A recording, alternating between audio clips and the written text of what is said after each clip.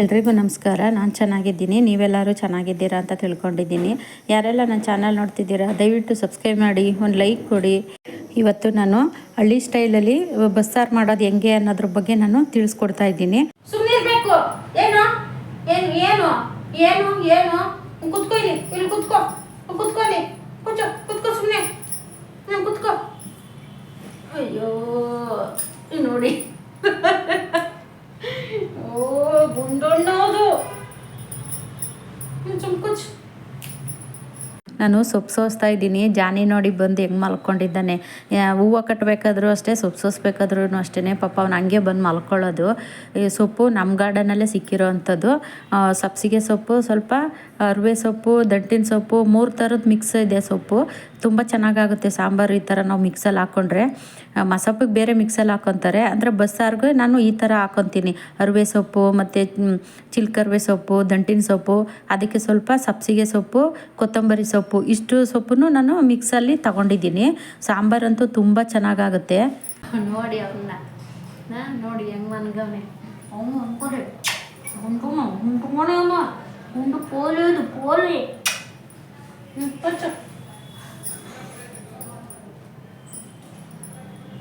ಸೊಪ್ಪೆಲ್ಲ clean ಮಾಡಿಕೊಂಡು ಇವಾಗ ಸೊಪ್ಪು ತೊಳಿತಾ ಇದ್ದೀನಿ. ನಮ್ಮದ್ರಲ್ಲೇ ನಮ್ಮ ಗಾರ್ಡನಲ್ಲೇ ಸ್ವಲ್ಪ ಚಪ್ರದವರೆ ಕಾಳು ಸಿಕ್ಕಿತ್ತು, ಮತ್ತು ಅಲಸಂಡೆಕಾಯಿ 2 ಥರ ಕಾಳು ಸಿಕ್ಕಿತ್ತು. ಅದು ಹಸಿ ಕಾಳನ್ನು ಈ ಸೊಪ್ಪನ್ನು ಹಾಕಿ ಸಾಂಬಾರು ಮಾಡ್ತಾಯಿದ್ದೀನಿ. ತುಂಬ ಚೆನ್ನಾಗಾಗುತ್ತೆ ಸಾಂಬಾರಂತೂ. ನೋಡಿ ಇದು ಚಪ್ರದವರೆ ಕಾಳವು, ಇದು ಅಲಸಂಡೆಕಾಯಿ. ಅದು ಅಲಸಂಡೆಕಾಳು ಇನ್ನೂ ಬಲ್ತಿರಲಿಲ್ಲ, ನಾನು ಸ್ವಲ್ಪ ಚಟ್ ಥರದೇ ಕುಯ್ಕೊಬಂದಿದ್ದೀನಿ. ಯಾಕೆಂದರೆ ಕೋತಿಗಳು ಬಿಡೋದಿಲ್ಲ.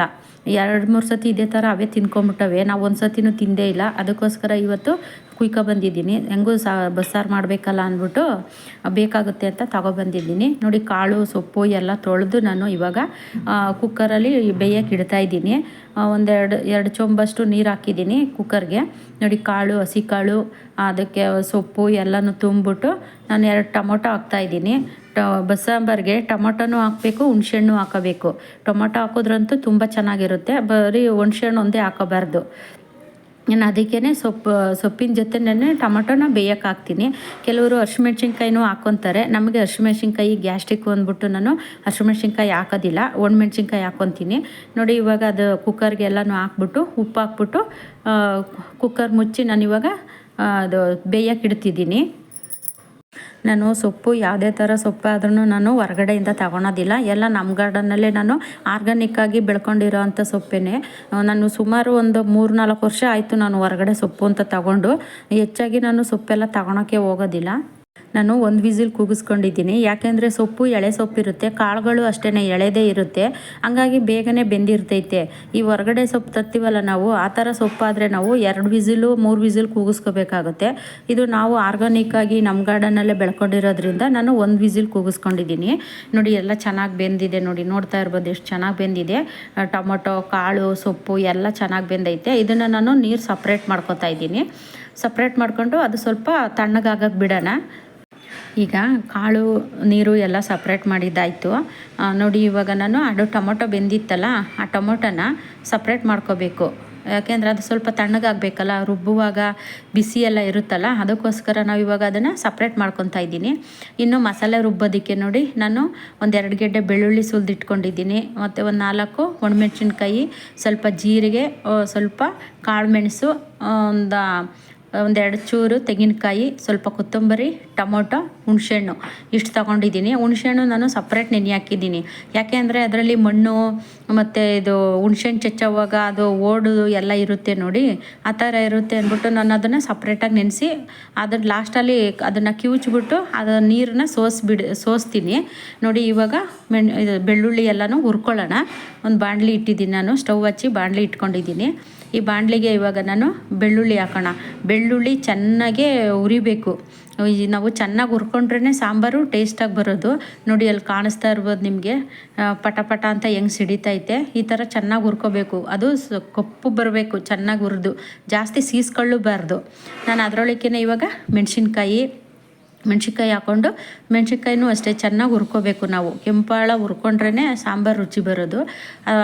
ಇವಾಗ ಮೆಣ್ಸಿನ್ಕಾಯಿ ಹುರಿದಾಯಿತು. ಅದರೊಳಗೆ ನಾನು ಜೀರಿಗೆ, ಬೆಳ್ಳುಳ್ಳಿ ಮತ್ತು ತೆಂಗಿನಕಾಯಿ ಎಲ್ಲನೂ ಹಾಕ್ಕೊಂಡು ಸುಮ್ಮನೆ ಒಂದು ಮಿಕ್ಸ್ ಕೊಡೋಣ. ಅದೇ ಬಾಣಲಿ ಬಿಸಿ ಇರುತ್ತಲ್ಲ ಅದರಲ್ಲೇ ಒಂದು ಮಿಕ್ಸ್ ಕೊಟ್ಟರೆ ಆಯಿತು. ಜೀರಿಗೆನೂ ಮೆಣಸು ಜಾಸ್ತಿ ಹುರ್ಕೋಬಾರ್ದು, ಸುಮ್ಮನೆ ಲೈಟಾಗಿ ಬಿಸಿ ಮಾಡ್ಕೊಂಡ್ರೇ ಸಾಕು. ನೋಡಿ ಇವಾಗೆಲ್ಲ ಹುರಿದಿದ್ದಾಯಿತು. ನಾನು ಇವಾಗ ಅದನ್ನು ಸ್ಟವ್ ಆಫ್ ಮಾಡಿ ಕೆಳಗಡೆ ಇಳಿಸ್ಕೊತಾ ಇದ್ದೀನಿ. ಇವಾಗ ಕೆಳಗಡೆ ಇಳಿಸ್ಕೊಂಡು ನೋಡಿ ಚೆಕ್ ಮಾಡ್ಕೊತಾ ಇದ್ದೀನಿ ನಾನು. ಹುರಿದಿದ್ದೆ ನೋಡಿ, ನೋಡ್ತಾ ಇರ್ಬೋದು ನೀವು. ಮೆಣಸಿನ್ಕಾಯಿ, ಬೆಳ್ಳುಳ್ಳಿ ಎಲ್ಲ ಎಷ್ಟು ಚೆನ್ನಾಗಿ ಹುರ್ಕೊಂಡಿದ್ದೆ ನೋಡಿ.